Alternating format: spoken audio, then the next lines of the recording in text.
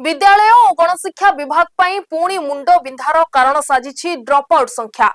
चलित वर्ष पाखापाखि 6000 छात्र छात्री फॉर्म पूरण करी परीक्षा देई नथिबा चिंतार विषय पलटिछि, जहां विगत 5 वर्ष रे सर्वाधिक ड्रप आउट बोली जना पड़िछि। एबटे विद्यालय एवं गणशिक्षा मंत्री कहिसंती चालिछि सर्वे, खूब शीघ्र मिलिबो एहार कारण।